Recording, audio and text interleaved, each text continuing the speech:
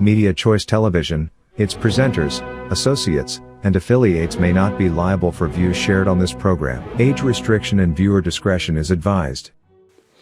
Mbalamusizaako mwena gye musinzira okugumiikiriza ensi eno Uganda. Mwebale nnyo ejjugumiramu kubanga ye yammwe temulina kyakkola. Naye ndowoozaamu nti abamu mulowooza singa mwalina ekisinga mwalibadde mu ekyo. Yenze Ssaalongo Kanka Kapita nze mutesiteeso w'oku Ntikko. Program y'olunaku olwayo tegenda kubeeramu basinga bibasanyula. Amawulire tegaliwo okusaavinga mmwe bibasesa. This is not comedy. Emikutu egya comedy gye giri. Galiwo okuleeta alternative opinion oba endowooza ey'enjawulo. Buli omu agirowoozeeko. Program y'olunaku olwayo gwenaanyiza nkwetondedde mangu. Naye omulimu gwaffe tulina gukola ate abagukolera ddala okuyamba ensi tugukola obuteebalira. Yenze mutesiteeso w'oku Ntikko wano nyinako program eyitibwa Olunattawambwa. Era mu program Olunattawambwa olwaleero nina ensonga zenzize okwogerako. Wiiki eno social media ebadde ejjudde abapoliisi. Abapoliisi nga mubawaanawaana beebale ekkola n'abalala twabalabye nti bakontrolinga traffic ng'enkuba etonnya. Beebale nnyo naye nze si gwe gusooso balaba era sikyamuukirira. Nzize okuleeta biki byendowooza nze byenjagala okwogerako olunaku lwayo nsaba mubiwulirize. Nalabye omupoliisi tusiime Abdalla weebale kuba mukozi. Ne tulaba n'ankatambi awo ak'omukyala Masse Timbitwire Bashisha gwe bali mandinze akomewo ennaku z'omwezi nga 4 Novemba. Yasabudde omusirikale olwiki abadde kikolwa kibi nange sikiwagira. Naye ate sizze ate kwegaana nti saakirabye nakirabye. Sigamba nti nkiwagira. Mweddeko temukuba abapoliisi. Ekyo nange kyentandise nakyo. Kyali simakawa onono mbuno Masse gwe yakuba oba Masse gwe yasabula oluyi n'abapoliisi abalala lunaku olwaleero nga bayambibwako omukulu omu abadde ayitibwa ani Bishop Joshua Lwere. Babadde ne Minister Musenero. Minister Monica Musenero ono ye Minister wa Uganda wa Science ne Technology. Minister wa Uganda wa Science ne Technology. Akedde ku poliisi awo okukyalira ku bapoliisi abakola ennyo. In quotes abakola ennyo. Abakyalidde bakedde kuba nga tona kweyagala. Nalaba n'owekitibwa omwogezi wa poliisi. Omwogezi wa poliisi muzeeyo nansonyiwa okuseka nga nkwogerako naye onsesa. Afande Lusoke nga mu ntebe yagisituseemu n'agizituuzaamu omusirikale gwagamba nti akola nnyo. Etusiimako abakola ennyo naye ebyolwayo tebikwatagana ku ebyo. Manyi bannayuganda muli bakujjukiza. Ebyo byonna nga tebinnabaawo nga sinaba na kubanjulira kinyusi kya programu eno. Ennaku tezinnaba na kuyita 8. Omupoliisi ng'akubye omwana w'omukazi essasi n'amutta bwe yasanga ng'azannya puulu. Omupoliisi oba mulaba gyendaga tutandika obikwatira wamu. Akolwaleero sigenda kuba musanyufu n'akamu kubanga bannayuganda mukyamuukirira. Sometimes mwetaaga kujjukiza mulinga ababeera ku paasi. Wiiki emu eyise ennaku 7 emabega erungujja omugenzi Derek Ssejjibwa mwana muto kigambibwa nti yali asomera ku ssomero bayita Continental mujja kulinzijukiza. Derek Ssejjibwa omupoliisi bagenda mu bakola operation mbu banoonya abamenyi b'amateeka. Omwana yali mu kuzannya kapolutebwa mubamanyi abaana ab'emyaka egyo senior 5 mune bamukwata. Okusinziira NTV tubebaza nnyo bana ba NTV mwe balikolera bantu. NTV yasaka eggulire n'etulaga nti poliisi olwajja yajja ne drone ezekwata bantu. Simanyi poliisi ate omanyi bibuzaabuza ate bajja ne drone ate kabangali nga bakwata mwana wa mukazi oba bamuyingiza mu drone. Poliisi egamba kabangali abaliwo bagamba drone nga bafuluma ne mundu mu bakwata bamenyi b'amateeka nga bakwata omwana wa senior 5 Derek Ssejjibwa erungujjeeyo. Obulumi bw'omuzadde buno bambu bateereko mu bulabe mulyoke omanyi biri eri wali omupoliisi Masse gwe yakubye oluyi akayi nze bwentyo bwe nkayita simanyi oba mwe mukiraba mutya. Minister avuddeyo amukyalidde wa science ne technology wa science ne technology eyawanika ekizungirizi kya Uganda mu bbanga ne kimalayo mwaka eyatusuubiza eddagala lya COVID eritajja kati akyalira mu poliisi gwe bakubye luyi. Sina gwe nalabye tukyali mu kwanjula. Poliisi yemu eyo yakuba Derek Ssejjibwa essasi omwana w'omukazi gwe badde tebaweerera senior 5 ne bamutta mbuki mbu yatoloke bamukwata yali azannya pool mbu nga banoonya abamenyi b'amateeka. Omwogezi wa poliisi bwe yajja okwogera yayogera ku Ddala mbu omusirikale waffe omu eyabadde ku kwota gaadi ono omwana yabadde atoloka ne NTVS mwasaka egguli naye omutego mwateekako abadde atoloka bamusse mbu omwana yali atoloka ku paatulo omusirikale n'amukubako akasasi ku mukono n'amukuba akasasi ku mukono kyokka omwana yafa mbu bamukuba ku mukono oyo n'afa. Ebyo tulina bwe tugenda obyogera wiiki yemu tusaasirako omuyimbi Gravity okufiirwa maama we gavumenti neweereza miliyoni 10 amabugo miliyoni 10 bazikwata ne baziweereza maama wa Gravity. Okufiirwa maama si kirungi mwebale nnyo abamuziikiddeko era tumusaasirako bino ebyo ngenda biweerako ekizampo nga bwe mbibawadde bisatu.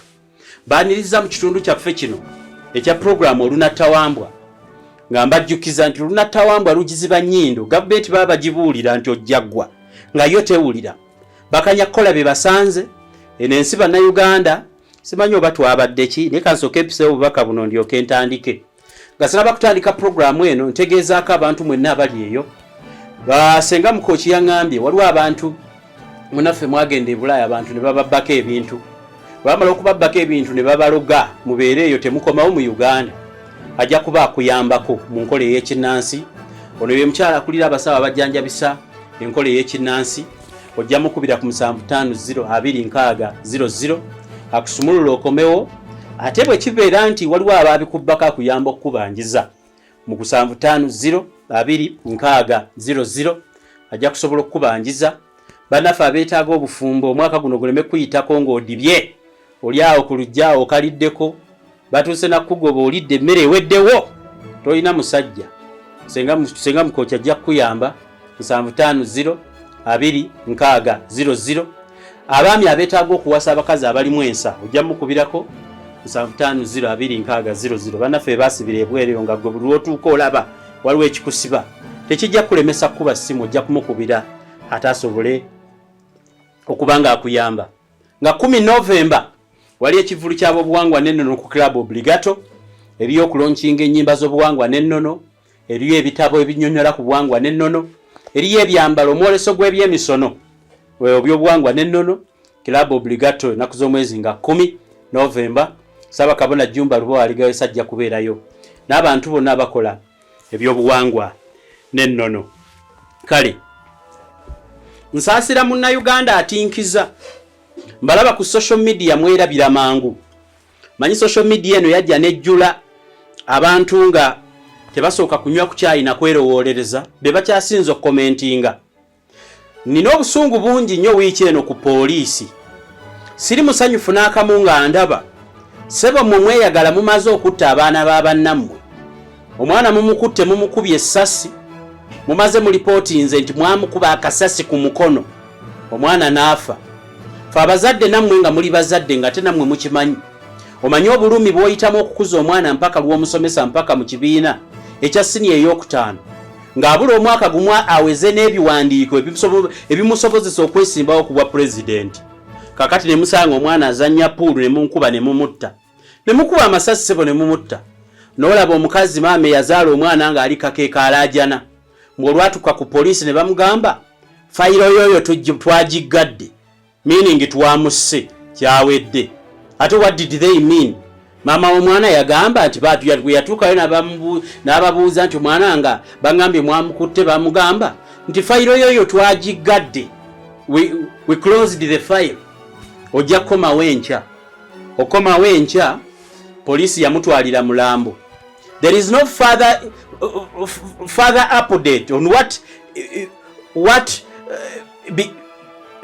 oba nkyogere ntya njagala kyogera mu luzungu kireme kuwulikika bubi. Kiki ekyaliwo ku mupoliisi yakuba omwana essasi mu wiiki y'emu? Bannayuganda muleme kubeera beerabize. Kakati poliisi efunyeyo civilian omu Mase. Nze ndowooza na kabadi mwe mwakeeteereddewo nze ye ndowooza yange. Nze mbwetyo bwe ndowooza mu common sense. Mumaze okutta omuntu kati mumutuzanya bubadi. Mbwe omukazi abasinga ebiri tribal ebisajja ebyagala okuleeta entalo z'amawanga no bigamba anti yesimanya tinka biki simanya ati yani omukazi bamuyitani ayina ekinyaawo sima bamuyitani timbitwire bashisha anti olwokuba munyankole abakazi abanyankole bali nedda temujja kututwala mu nkola ya amawanga ekyo tetujja kukikkiriza nze ndowooza nti mwabizanye nze bwe ndowooza omupoliisi ne bamuggyako akakofiira awo ne bamusindikamu awo kakati ajjudde social media baba webale assaulting a police officer a full police yakuba omwana w'abandi essasi n'emutta senior 5 you are covering it with a slap of a traffic police officer. What a shame on this country. Lile gwanga bwe tugamba nti lyafa kye twogera tuba tukitegeeza. Ugandans, I want you to open your eyes. This same brutal police has convicted people without evidence. Oluvannyuma lw'emyaka ena nga twali mu kalulu bakwata abaana bammwe bakitaabwe b'abaana kati abantu babonaabona bababuzaawo ne babula incommunicado. They are nowhere to be seen. After a period going to 4 years, they come and tell you that ababadde mukomera bakkiriza emisango well and good. Nemba mwagala abantu abo tubachawe tetujja bachawa bakkiriza lwakuba banyigirizibwa. The state has never come out to bring evidence against them, but it continues to detain them with the same police that you guys are here on social media praising every day, whose fathers and sisters and brothers and uncles have been detained for the last 4 years without trial in a competent court, and you are here praising a police officer. Mama yakoze bulungi nnyo omupoliisi waliwo omupoliisi ayambadde akakofiira akola nnyo mu traffic. Aba basajja ba poliisi bakubonyaabonya omuntu atalina mmotoka yatamanyi basajja abo bayintaani bamuyita bayintaani balina obuvubuka baleeta ku poliisi ne kakufuukira ekizibu nga tolina nakyo okakoze. Let me assume sibwe kyabadde nga wano wabaddewo ensonga. I don't want to go into traffic issues, but let me concentrate on the issue. Police, you are covering up something. Mwinda kye mukavaringa nze am not taken by nze saagala excitement ya social media nze n'omutwe gwange temusobola kunvuga. I cannot be taken for a ride because some policeman balina no bateeka ku social media hozana akapolisi ne bakateekaawo musimanya omupoliisi enkuba emukubye nnyo alaga emmotoka bwabuusa amagulu bwabuusa engatto bwabuusa bwati olwo police you are covering up something. You killed a younger man. You killed a boy of senior 5 whose mother is there crying. Omwana we tannaba nakubulirayo mbu baamukutte mbu omwana yabadde abuuka ku patula ali ku kotagadi n'amukuba essasi. Ebyo mugenda kubirimba balala. We demand accountability for people you detain. Police ate namwe mutuleke. Abale mutuleke. A policeman of this country are known for slapping our wives abatalina misango. Police emanyiddwa eyingira ewaka w'omuntu ng'omusajja yakoze omusanga n'omukazi wakati alina kyamanyi ne basiba abaana kibooko ne basiba abaana emiguwa. Police ya wano is known for that. Ne mukuba abakazi empya abatamanyi na babba be bakoze nga mugenza okubaaza mbu bayina simanya military fatigue simanya ebyo twabiraba dda ebyo mujja birimba bayayi mujja birimba batabitegeera. This police is one of Africa's most brutal police. Bakuba abantu emigo mukuba abaana abayitawo buyisi mutubuulire on accountability. Police emabegakaawo omupoliisi yakuba omwana essasi ne limuyuza omumwa. Essasi mbu straight bullet yagenda neyuza omwana w'omukazi ng'omukazi atambula mukazi munaku alina omwana wamutwala ku ssomero bamukuba essasi mukamwa ne limuyuza. Kakati muli awo ku mupoliisi baba yakoze minisita Musenero yikambuuze bannaye Musenero minisita owa science and innovation kwegamba omupoliisi yabadde ne science mungi nnyo mu controllinga traffic. But minister bano bate temuyita mu orientation. Ministers baba bawe emirimu temuyina gye babagenda ne baba training la tulwa science and innovation bako kyoyiya. Now a full minister goes to police. Policemen are happy because they have seen a minister, a cabinet minister because he's a cabinet minister. Musenero science and innovation. Tell us Musenero nga tonagenda ku police kutuwanira wa traffic gwe bakubyeruyi kutuwanira mu police akolera mu nkuba. Tell us what have you innovated ku sente zabakuwa mu COVID. mu covid twawulira bafulumya sente nyingi nnyo science and innovation mutuyiyize eddagala eyayiya covid ekisite yaligwe ne bayiya covid ekisite obulwadde ne butuluma not even a slight dose mwatulimba wano mugenda kuleeta eddagala lya covid where is eddagala lya covid Minister wa Science and Technology no tulimba musimanya Uganda yatutte kizungirizi what happened to kizungirizi kya Uganda kituyamba ki kizungirizi kya Uganda kirabikira wa mu nsawo y'omuntu wa bulijjo muna Uganda afunira mu kizungirizi kya Uganda kyo launching very useless projects kakati a minister of science and whatever I would expect a commander in chief the CDF to go and appreciate all the Inspector General of Police himself to go to Jinja Police and appreciate a fellow policeman. Abantu mubawo emirimu ne mugiwamba kati Minister wa Science and Technology kyogamba omupoliisi owa traffic yatadde mu science mungi nnyo oba mase oluyiri lwakuba omupoliisi lwali lwa kinna science muleme kutulimba wanu temumanyi bye mukola kakati watweza naye nsaasira abasajja bano munsaasireko nammwe bana fena twesaasire fena tukaabire wamu ng'eggwanga lino Minister Musenero mbwagenza okulaba abapoliisi abakoze obulungi to convey a message of appreciation. Yes, police tubebaza kubanga police abaliyo they are not robots abamu baganda baffe abamu bakojja baffe but have you really depreciated our country to that level that mutto omuntu police a minister of innovation did not even bother to find out how a mother who lost a child in Natete is obulamu bwe butambula butya. So you go to a policeman who was slapped by M.i.S.O, which I think mwataddewo biteeke to cover kiri wane bunamwaya wano we bayita mu Ngobe there is a police there waliwo akapoliisi awo omwezi nga gumu emabega nali mulwadde nga nyire eddwaliro mwendaze n'ensangayo omuvubuka ngera muvubuka nga bazze mujjanjaba biwundu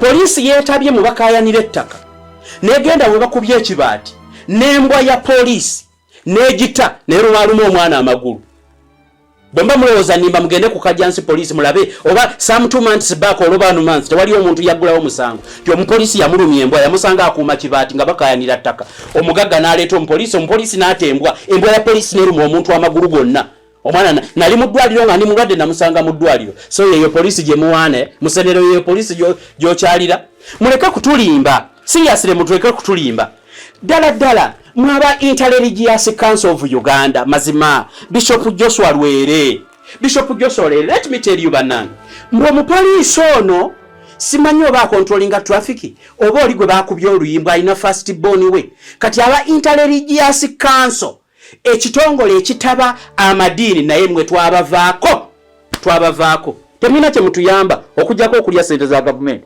Interreligious Council mulina mugaso ki Interreligious Council mbu bagenza omwana w'omupoliisi simanya bamuwadde scholarship omwana bamuwadde scholarship atandike kusomera bwerere mpaka ku university shame upon you Interreligious Council omukazi abadde aweerera omwana we ku sente ze simu mbadde muzisasula poliisi gyogenze muweerere w'omupoliisi so what are you saying so you are saying policemen should Interreligious Council you are saying abapoliisi bongeremu nnyo amaanyi mu kutta abaana bafe abasoma is that what you are saying mwagala kutugamba nti kakati mujja kuli wadinga nga abapoliisi eno poliisi bwekola emisango one eye is closed kubanga mujje for self moment singa tewabaddewo mawulire waliwo omupoliisi asiiba wano ekajjansi mu kajunction awo ku poliisi kwennyini kano katale eno bayitayo ku musenyu eri obwogenda ntebe omupoliisi waawo omuwanvu omuddugavu ye mupoliisi akyasinza okubonaabona n'abeeyita abanene abagende wa Museveni entebe basiiba bayisaawo emmotoka ne bakuleetinga traffic jam ye nga temumusiimanga omupoliisi oyo tumuyitako buli lunaku abantu ababeera ku Entebbe Road ng'enkuba emukuba kakati ono olw'okuba social media yamugjeeyo mujja muta nze ebyo temusobola binkwatiramu and I'm very annoyed with the police very annoyed a police that kills someone a police that detains someone's father for the last 5 years nemukwata omuntu wa taata w'omuntu abantu bali wano babuuza abantu baabwe simanya va ku bino ebya NUP ebyammwe ebyobufuzi tebigwa omuntu ne mubeera mu campaign ne mumukwata mbu yabadde alina ekibiina ky'ebyobufuzi kyagira musimanya yali yeetabye mu buyeekera bwe tutaalaba mu providing ko evidence abantu be bajje bamulabe nti nno omuntu yali muyeekera bamutwala mu kooti bamukwata n'ebisosonkole naye yamala bamutwala eruzira bamusalira emyaka 8 but 5 years he does not see his parents, he does not see his children, he does not see. So that is the police interreligious council Joshua Lwere Bishop Joshua Lwere. That is the police. You are offering a scholarship for a son, for someone whose son who performed. Let me tell you, temunkwata bubi. I appreciate a policeman akola obulungi, but this is from me kankaka. Police is one institution in this Uganda that has killed the Uganda. It is one of the most corrupt institutions in this country. Police yemu ku institutions eziri muline gwange kyasinzo obuli bwenguzi. Ate ekyokubiri ne wankubadde police eri enguzi abantu babulijjo tugiyambako kuba traffic bwakukwata aba traffic yawe muleta you bring half baked traffic officers buli half baked obulala bwa mitima mibi obulala babuze ku mission ki bwe butuuka ku Kkubo nga butandika okukwata omuntu anyhow ng'asikayo kana akuuma kukuba ekipapula bw'omuwa omutwalo ng'ekipapula akyerabira. You are too corrupt and for the few moments aba police lwakola ekintu ekituufu but eventually fa abantu ba bulijjo aba traffic abamu tubaagala kubanga mwana oyisiza mu koona n'akusaba omutwale yali wadde kuba ekipapula kya mitwalo 2 bwetaano. A very corrupt system. Kakati mukyala musennero ne basayansi bammwe innovation kati muyiyizaayo zibasale z'ekina science ez'okuwa abasirikale abalabikiddeko ku social media. What message are you sending? Afande Lusoke is a good man. Na Afande Lusoke tokwatanga mu police mutuuza mu ntebeyo. Entebeyo gyolimu ya kitiibwe nanga yagiri mutw amusiimirayo n'obulimba bwe. Naawe ogitudde tokwatanga gwe tomanyi ffe kibi twatumanyi ku mupoliisi oyo gwoba otuziza mu ntebe. Kwegamba omupoliisi oyo gwe tomanyi kiki aba atuziza mu ntebe. Tulina bwe tukiraba. Ffe abamu tulina information tulinga abantu ba bulijjo that are taken for a ride. Ne mubavuga ero ne mbatunuza eno never. Now, I want to ask this government seriously. Bwembanga muli serious. Mu government eno omuli abantu be mwagambye mubakirize emisango simanya NUP abantu bakirize emisango. Nalabye omukyala wa NUP Shamimu Malende nga annyonnyola byabwe by'amateeka ng'agamba ti abantu bano be bakirize emisango in the future baba bafudde habitual offenders. Government ekwata omuntu n'emutya nti gye bujja yali osimbawo n'ekuta just ngekutadde nga akamasu nga toliddamu kwetaaya buli webetaaga okukwata bakukwata bakutaddeko omusango toli beesimbako bakutidde kaliya ne boliyagala ogenda ebweru bakutadde mu records ebinkumuyuba bitaddemu nti oli terrorist n'okkiriza emisango kati gwe obulamu bwo obwonoonye. So that is the police you are praising. Indeed, seriously. Basajja mmwe nsaba okubategeezaako nti some of us who have information about this country and how a good country should be run, we are not happy. Someone who is a minister comes up and tells us, nyabo nsaba okitegeere interpretation y'ekintu kyokoze. So ogenze okumemu abapoliisi omuliro bongere batukuba empi oba anti akuba empi nga bakola owa traffic asinga okubonyaabonya abantu yasimbibwa n'omwana we mu basali. Katogenda kulaba ekigenda okubeera ku police, ogenda kulaba ekigenda okubeera ku traffic. Bakazi mmwe baba webifo naye tebabasomesa kiki mwalina kukola naye ffe ebyaddala tubatunulidde n'amaaso eriiso jjoji. Now how do you tell me police come out to explain? Buli lunaku poliisi ekuba abantu emigo kyere, poliisi esamba abantu mu mbuto.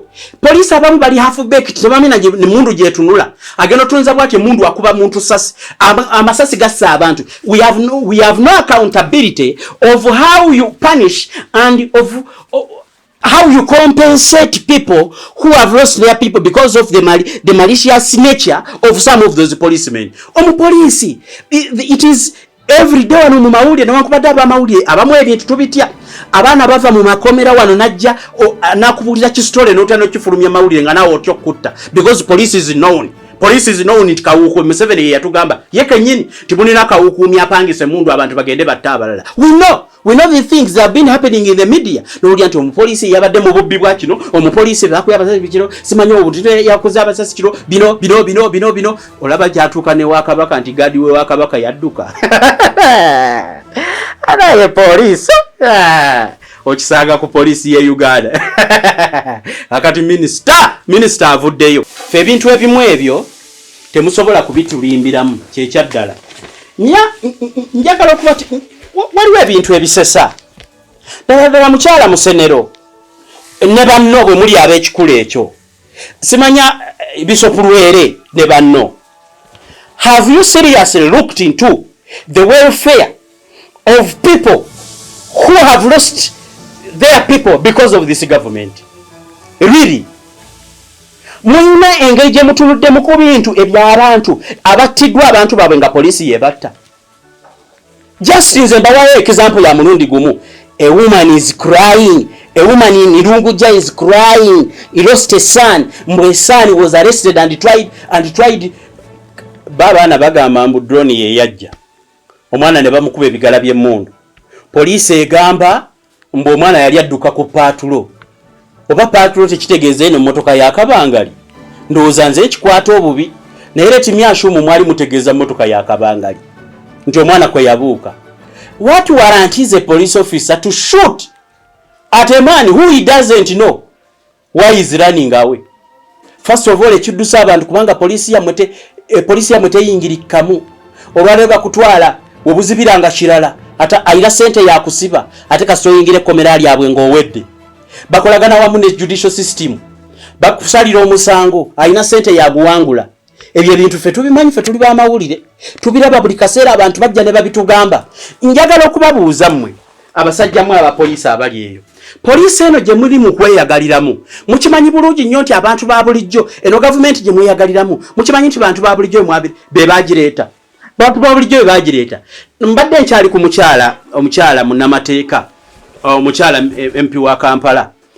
Nawulidde annyonnyola ng'agamba nti aba NUP abasinga bakkiriza emisango kijja kuba kibi. Kijja bawuntinga in the future. Kyekyo maama kye mumanyi mu mateeka naye kambeko ekirala kye nkugamba. Ba President Museveni abo boogera nti bwe baali tebannayingira gavumenti ziri ze baali balwanyisa. Simanyi oba bazirwanyisa bulungi oba mu bubi saamanya. Naye zaabateekangako emisango gya butujju. Ojjukira bulungi ne wano President Museveni akodoke kamwaka kozesa yagivunaana Besigye nti Besigye yalepinga omukazi 2 years afuta ne bamusibira omusango myaka 2 egyayita nga tewakyalina evidence ya rape. Museveni akugamba nti ziri gavumenti ezayita zagambanga nti mutujju. So nkutegeezako maama Shamimu Malende ebyo tobyeraliikirira. Musa bw'alijja n'anunula abaana ba Isirayiri egyo emisango gijja kuvaawo. Ebintu ebisinga bikolebwa gavumenti nga ababikola banyigiriza nga n'abali mu ntebe tisubi babikola wabula buno obusammambiro obuwugira buno obusajja obw'emitima emibi obutera okutuula mu nkuubo za poliisi nga buli hafu baked obusinga ate poliisi yawane neewuunyisa. Okimanyi ogenda ku poliisi n'osangawo akavubuka k'omanyi kati nga jjo nyina programu nnamba ekyo nja kikolako programu nnamba. Poliisi ennaku zino era beyingiza nyina n'omuvubuka wa social media gwe nalaba nga akutte emmundu ne ngamba really? Is this the government we are born in? Nze taata wange we NRM. Nze chovola but I changed my mind on supporting you. Really? Dalanga bimukola. I reached an extent in nebuuza. How could a competent police or security service give guns to such boys balabe yerusa? Nina kavubuka ke yerusa ka TikTok kinalaba nga kakutte mundu. Nengamba is this a propaganda yali azanya firimu? Or is aina movie ya government gyali agenda okuzanya obe mundu mwajimu waguri oli akavubuka ke yerusi kadira balimu. Seriously, has our country ekiro okimanyi ogenda ku police n'osangawo omusajja gwomanyi obulungi ku kyalo akyasinza okunywa omwenge gukyasinza obungi nga yakulira yalekingira poliisi yagiwa amawulire amatuufu kwandi gwe bagenda okwata kati agomba gaba mawulire matuufu ki. I want to tell you bantu mmwe omuli ba minister musendero nammwe bebawe ebifo bye mutamanyi kakati innovation yakulemye Science and Innovation mu doketi yo Ministry of Science and Technology toina kyoyiya kati ofuse visitor bakutuma genda kukyalira mu poliisi kakati minister banna singa ebifo ebyo bibadde biwa wano nyinawo minister gwe manyi minister wa ICT Information Technology ku speed yansi kwekulira Uganda ina minister wa ICT yasoma kwesiga bizigo cosmetology a minister of ICT. Now, Mwami Nyombi Tembo is struggling with regulating content creation, with bainasimanya computer bichi a means of ICT, oyo yasoma cosmetology, omukazi yasoma cosmetology okwesiga ebizigo. How does she advise you on proper ways of really managing a competent running country when it comes to technology? Bannafa abatwetolodde mu nsenda lambalaba bahayaringa abaana basomye ICT kyovola bensiza aweze kulakulala wano waffe state minister for ICT yasoma cosmetology yasoma kwesiga bizigo. Now what kind of ministers do we have in this country? Kyovola eggwanga lyaffe mugenda litomeza. Mugenda kulitomeza litomere liremere ne ku kidongo kwe litomedde n'omutwe buli bali yakonye mutaka n'omutwe gubulire mutaka because of what you are doing. Kakati minister of science and innovation, what are you doing at police? You are there on whose behalf? Who delegated you to go and thank police officers for braving the rain and controlling the traffic? What is the role? What traffic bamutendeka konti Enkuba bwetonya ngodduka ku Kkubo? Mbadde nkimanyi nti wa traffic Yesu tuli bantu naye Enkuba bwetonya oba omusana gwasoboze nze sinze nabatuma bayingire traffic. Twali abatuma yingira traffic. Kitegeeza a traffic policeman is mandated to control traffic come rain come shine. Kati Ugandans are excited. Bambi omusajja oyo abeera mukasana n'agula akasana Yesu mwana wa muntu naye ye kennyini akugamba tewali yamuyingiza police kimusanyira okugenda okuyimirira mukasana kubanga gwe mulimo gwe yalonda. Omulimi yeetema nkumbi.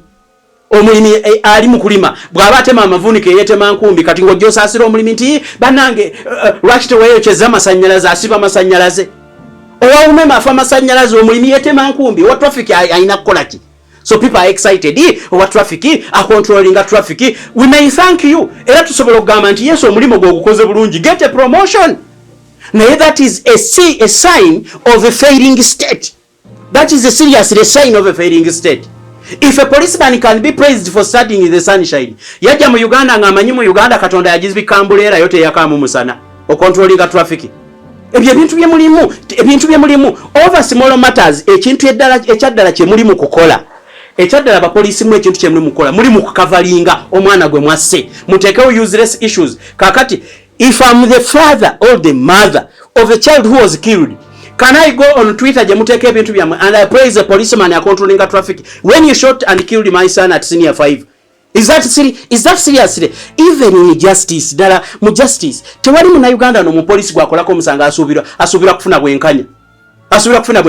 Of recent Joe omusajja yali akaaba amaziga nga bamutute mu court. Omusajja wa amagye bamukwata simanya ne zinenki buno babiyita kibuno olugave bamukwata n'olugave omusirikale yali abbi olugave agenda duguza abakyayina. Kati ne wabaawo Omuganda oba wa Luganda lwamweyimirira Muganda yatuuka mu kooti ne bamukwata ne bamusiba ng'omusirikale sebo kiwaji ye yaganye okudda mu kooti. The army cannot police someone who was stealing olugave. Yali abba lugave. Bwatuuse mu kooti ye yabuzizaawo simanya akola mu barracks bwamweyimiridde nga bakutwala basiba. That is the conduct of this kind of security betulina. Security yammwe ebyaddala twagivaako. Tubalaba bulabi kuba mutufuga bubi ng'ogyeko ekyo kutufuga obubi bw'oboogerako bakutta. Emundu zaffe kyetugamba nti okumutta emundu ebesi ebyamasasi is a monopoly of police, is the monopoly of security organization. Bivawa mwe mubibawa. What should we say as civilians? Emundu zivawa. Emundu ziveyo. Kakati that is the kind of police minister jadduka even with the simanya interreligious council Bishop Mulamba Bishop Luwere naye agenze tukuwadde basale because Bishop alabe selfie moment naye abeerewo ku mukolo gw'omupoliisi yalabikidde ku Twitter nga nange kati ba Bishop theology wasoma waaki theology tujogeddwa a bishop who studied theology. I hear who took a course of in philosophy.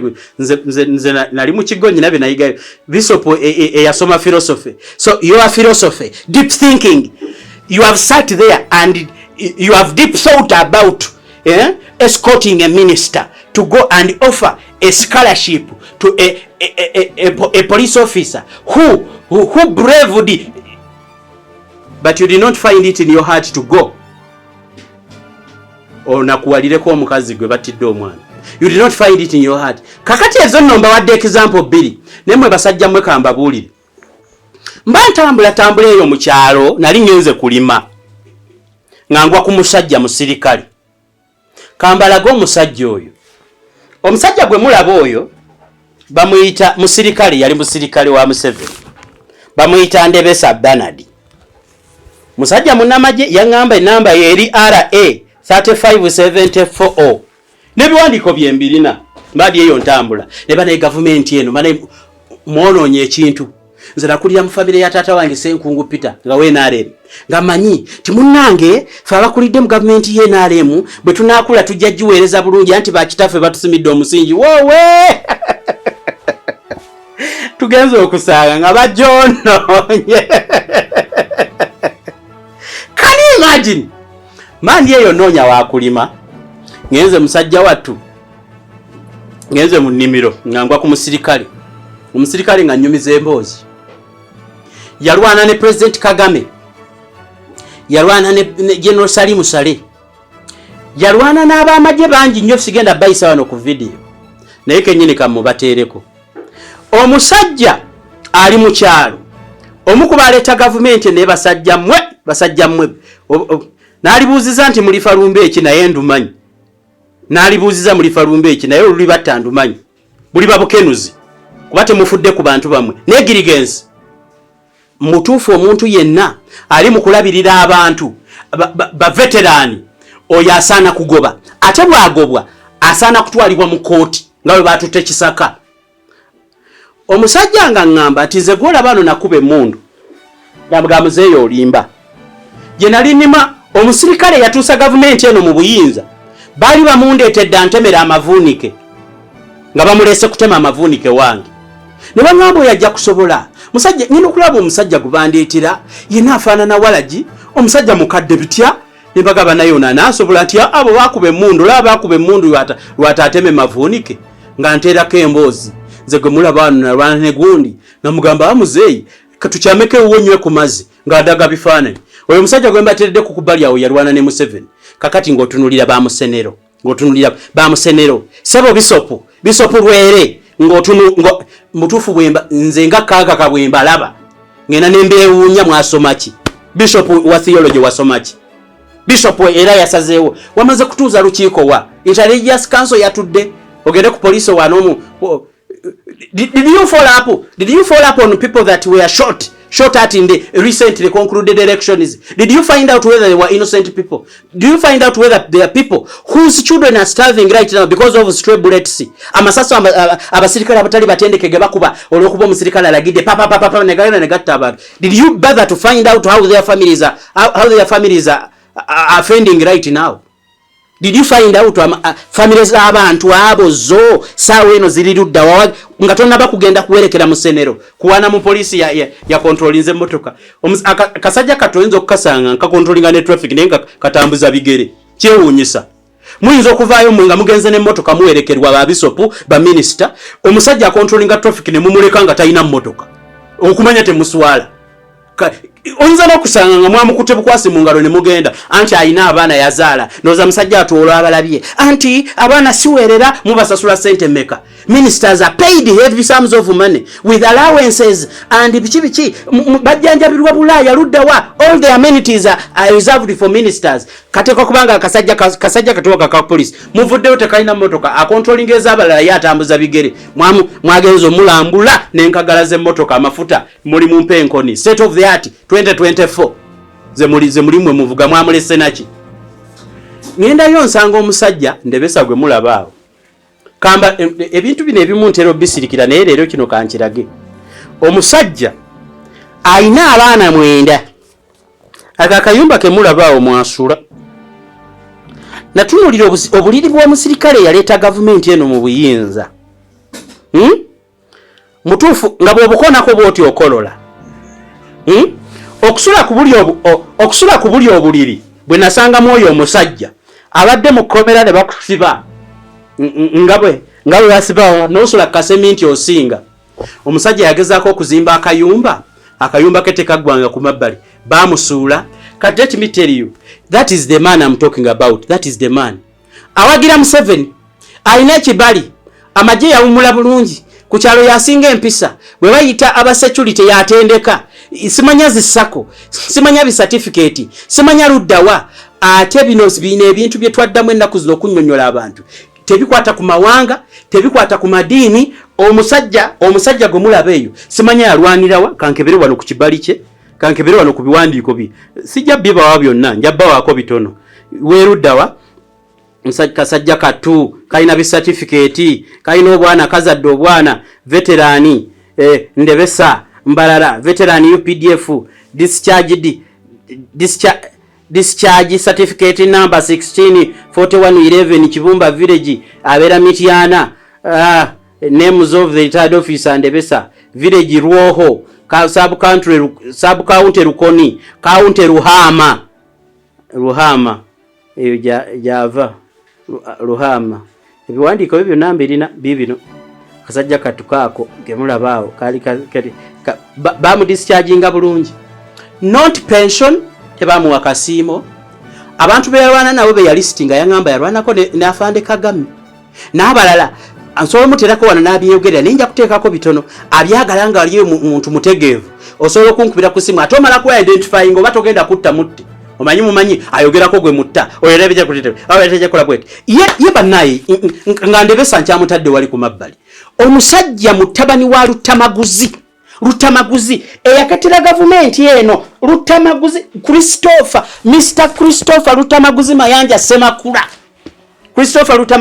Semakula eyabakettera enkambi yaketta nkambi kozi yagamba yaketta nkambi eyekachiri yaketta enkambi yekachiri Lutamaguzi yafanga mwenda ogw'omukaaga 1981 yabakettera enkambi yekachiri gavumenti eno efune mundu izaawo ambakati zemweyagaliramu Lutamaguzi omusajja oyo Museveni nga amuwererera ku baana ino omwana gwe yamuwererera omwana yava ku university nga bakyamubanja ne sente ze bamuwereramu naye muswala ate muswaza ababamanyi tuswala ate muswaza mweke nyini muswala anaye temukimanyi ate amagenda gamwe gajja kuba mabi kuba namwe bannamwe mubayisisa bubi omusajja mutabani wa Lutamaguzi yabakettera n'abakettera balaksi n'abaleetera emmere ekiro n'omukyalo omulala baali bamuyita obambye baali bamuyita ani Naalongo n'alima ndowooza baali bamuyita Namwandu n'alima baabaleetera emmere mu nsiko ne muwamba balaksi n'aba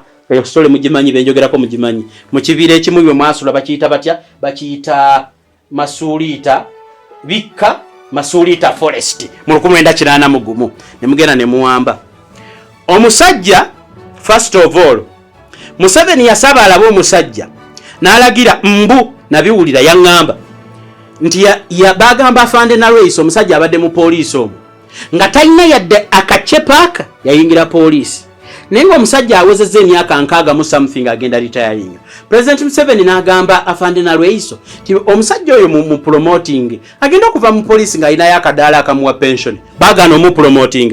Omusajja yadda ku ttaka ly'abajjajjaabe oluvannyuma lw'obbakettera ne mulya entebe ne mugenda mu buyinza ayinako yiika 2 naye ali ku kibanja n'asaba President Museveni nti nyamba tongulira ttaka. President yayagala omugulira tongulira ttaka naye munnange mpaayo akasente neegule wano wennyini bampe ekyapa ezo temwazimuwa baagana omupromotinga akasiimo tebakamuwa nti President yali amugambye engeri gy'okaddiye nja kuwaayo enteemu onywemu enteemu nawulira nti Museveni yakwata speaker ne baawe magogo abakyasobola okwekolerera n'abakwata n'abawente 10 ono yamusuubiza enteegi tetuukanga one cow like this tetuukanga n'amusuubiza nti bw'okaddiwa n'ova mu poliisi nja kukufunirayo akamotoka bafulufiga be bazivuga bebewaana envuga emmotoka ennene ababayingiza mu buyinza bali luddawa mutabani wa Lutamaguzi mbadde kwa fande ndebesa nene ndeta mutabani wa Lutamaguzi.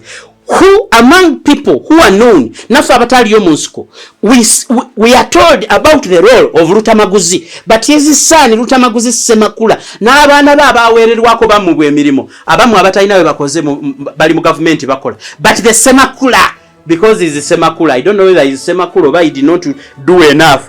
Bino ebintu sibya tribe abantu batera okutiisatiisa okyogedde bubi anti oyogedde n'oyagala okulaga nti oli muganda nnyo nedda basebo omusajja amuyita Semakula n'abaana be mwagano bayingiza mu gavumenti n'omusajja yatuuse kuva mu poliisi omusanga wali ka police ke Busunju abeera ku police ye Busunju akubye obusuuti akagato tekamutuuka bulungi ettaka lyaliko yalina okuwa abaana mwamumana obusente okwegula ate nga yagaana okumugulira ettaka n'agamba kambeere wano ewaffe kubajja naye banyambe banfunira ekyapa kyagaana akasiimo kagaana promotion yagaana abaana bagaana basigala ne Museveni yabagira awaleka lwe yazibbaawo awale kweko bali yazibba kakati ono gwe mulaba ndebesa obwo buliri bwe mulaba kwasula.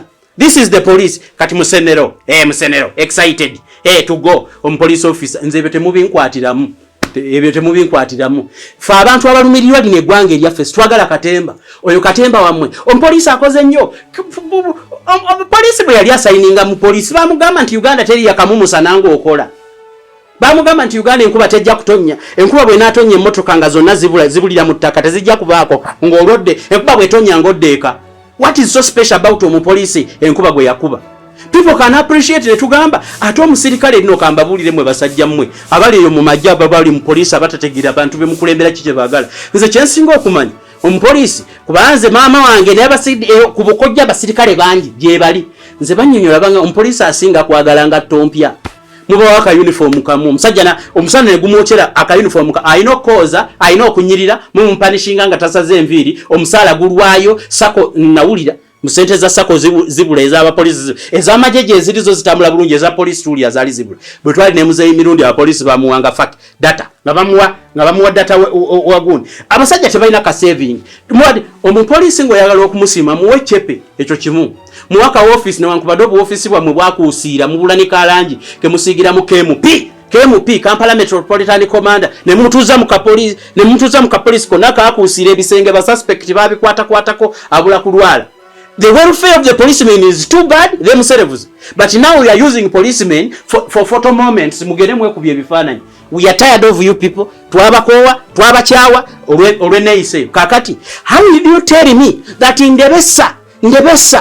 ndebesa gwe mwawana naye nagamba nakola kino nze mbimanyi sijja kubyatula nakola kino nze nakolanga kino find out ndebesa mumulabe n'ekigundi kye mulabe alisula luddawa mu kayumba ako kemulaba akagenda omukuba alinamu abaana 7 alinamu abaana 9 oba ya ne yalade buzala government yala kati omusajja abaana 9 abazaala ddi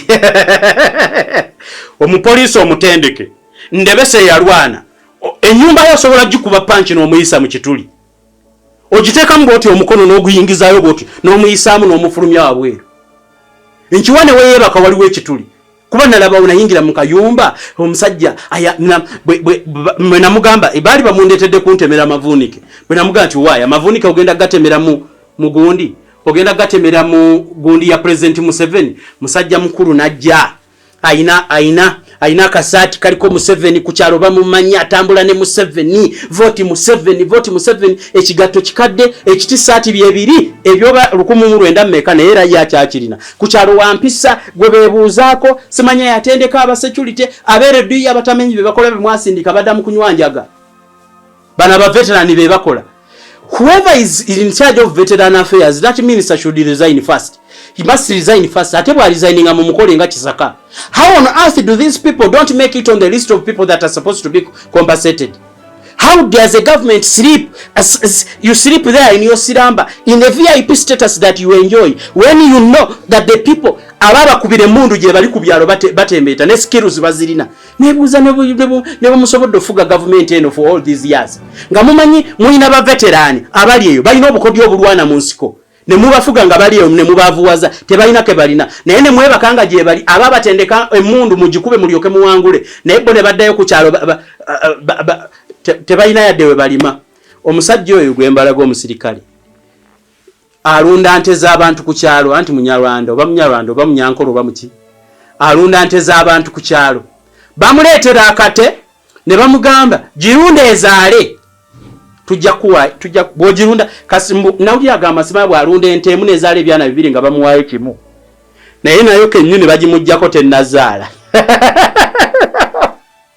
nyini obwavu olumukwata ng'ajja ng'agamba waaya afande ente yange jimpe bamugamba mbu alunda ente bwe zaala ebyana 2 bamuwaako kimu kasitema lugejja nga bagikima ayina lwe namulaba bamunetero tema amavunike namulaba yalina wente mgajitunze nyinyo najitunda emitwalo 8 namga ajamu wake 3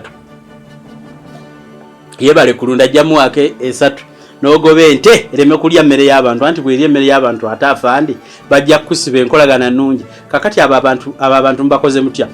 As a country we are fed up of people who look like Musenero, who look like which minister even don't know ba minister wa Uganda oba veteran oba yani simumanyi yetu nakutegerera kuchinga toyina na kyokola. How can we know you? First of all tetuliba veteran niba veteran bwe babera banyirira ku kyalo tumulaba nze ndaba ense zakulakulana nga kunakuzazo nga ku independence lwazine ebintu byezakola ebyamanya ezagenda mu World War nga zijjayo abasajja abakadde ne zibakolako interview nga banyirira omusajja najjayo ekyambalo kye kyalwaniramu nga government yakiddaabiriza n'ekikuba n'ebituli kakati bano muba wa bitisati bya Museveni mu kiseera ky'akalumu bafuula billboard batambule abakulu abafunye mu kintu waliwo akatambi ke nalabye ng'emmotoka ya State House egaba bipande bya Nuupu emmotoka ya State House ngegaba bipande bya Nuupu n'ensaasira omusajja Kyagulanyi. Abasajja abasinga beekwese mu government bambadde obukofiira bagenda kubonyabonya. How did these Nuupu people who are arrested over red berets make it to a government vehicle? Kituukawo kitya bwe kibanga si bano basajja b'endale mu kwambala bukofiira bwa Nuupu kola misango kugivunaana ba NUP bakwatireko abawagizi ba NUP. Omuwagizi wa NUP gwe basanga obusanzi n'akakofiira ne bamukwata nti yo military attire akakofiira obukofiira ka red nti ka military babeera batya abasajja ba Nuupu nga bambadde obukofiira bwa NUP nga bavuga mmotoka ya State House. How comes nga n'ebipande ebagaba State House?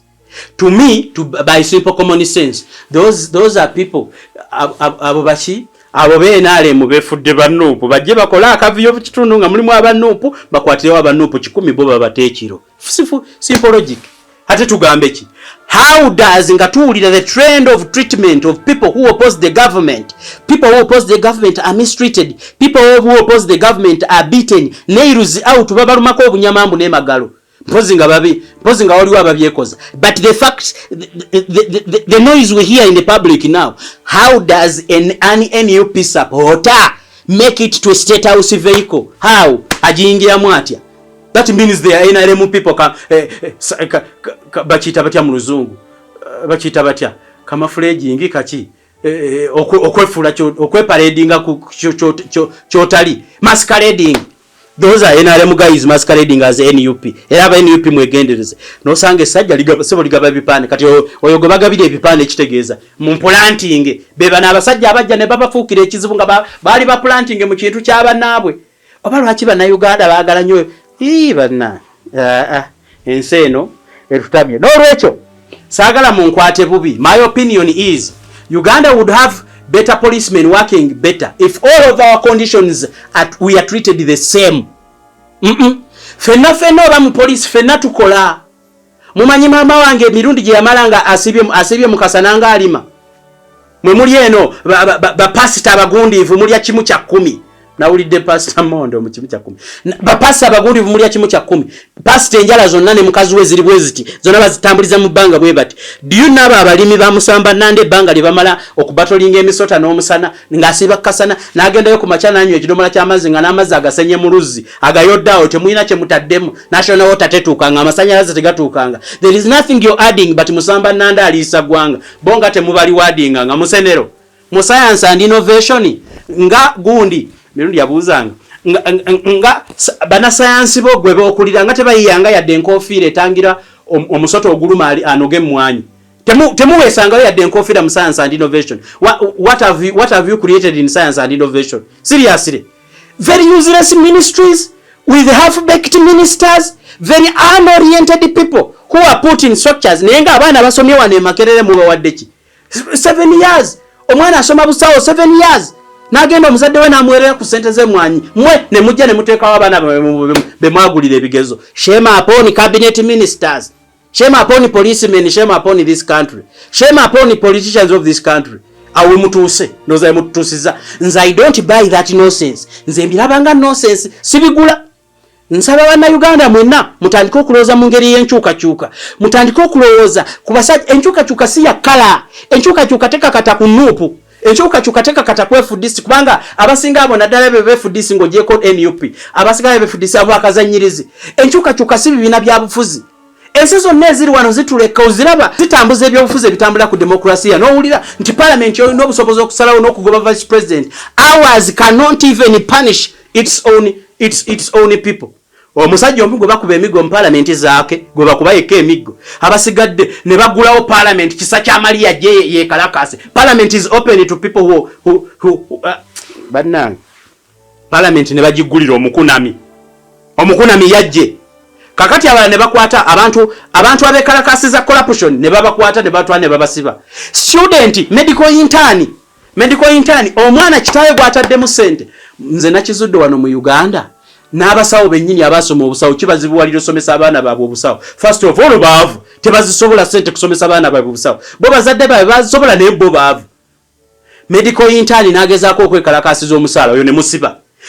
Ajja kwekalakasa akutte no kipapula ne mumusiba. Double standards of this police. Kati ye police gye muwaana ne bakalasinga omwana akabirira right okujjanjaba omwana w'omupolisi, kubanga omupolisi ne bwobeera mu poliisi nga bakuyita afande, oyina amayinja ne ku kabino oyinako amayinja, ojjamu empala omusirikale omusawo nakkuba empiso, olina okugijjamu empala omusawo nakkuba empiso. Naye ojja n'olaba omusirikale ali afubekiti ng'akwata omwana empale medical intern, abaana bakalanira gundi. Naye ne baggulawo parliament bakkiriza kisa kya Maria ne kugunyulye ajje mu parliament mbwa aze kwekalakaasa. Abantu bavudde lw'emiyaga bagamba Theodore Ssekikubo takola olw'okuba aleeta impeachment motion, mbwa abantu bekalakasiza Ssekikubo tebamulaba, n'olaba abekalakasiza batalaba Ssekikubo n'obatunuulira nga bo kennyini tebeeraba.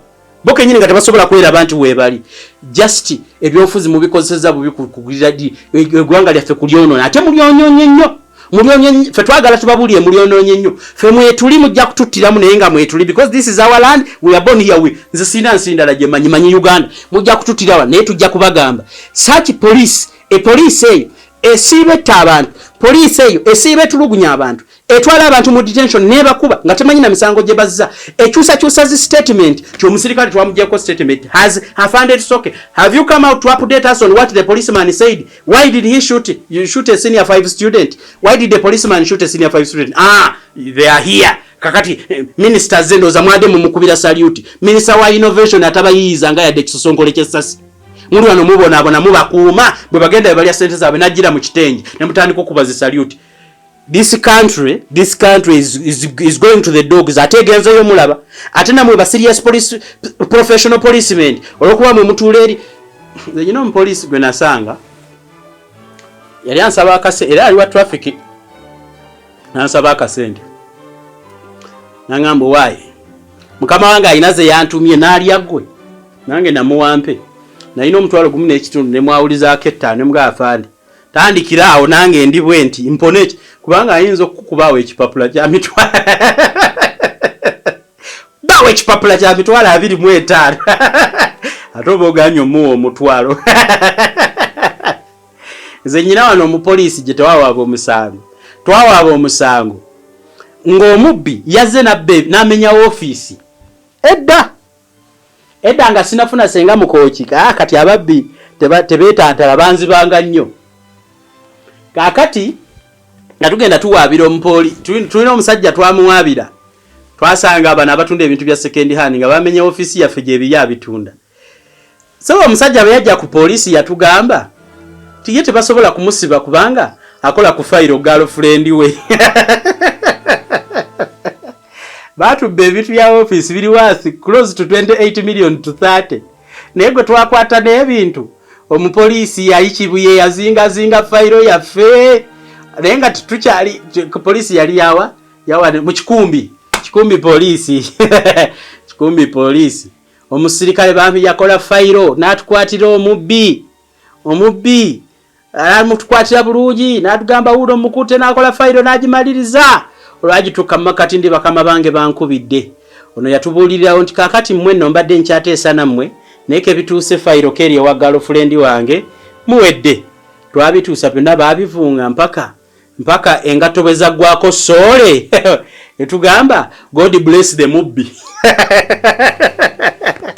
for God and our country. God bless the mubbi. Omubbi twamuleka nga batukuba akuba akasente kaffe ne tutambula mpaka wa state ne wa state ng'omubbi yakubye yedde essimu aleka tifa abatalina gwe tumanyi mulire gwaga ne gutusinga fe bananyini bintu be babibbako betwabalirira entulopa ne ku police gwatusinga for now a year and more omubbi n'ekibanda akyakirina n'ebintu byaffe yabirina tebabimuggyako era yabitunda n'omusango tegweyongerayo. That is the police you are praising indeed.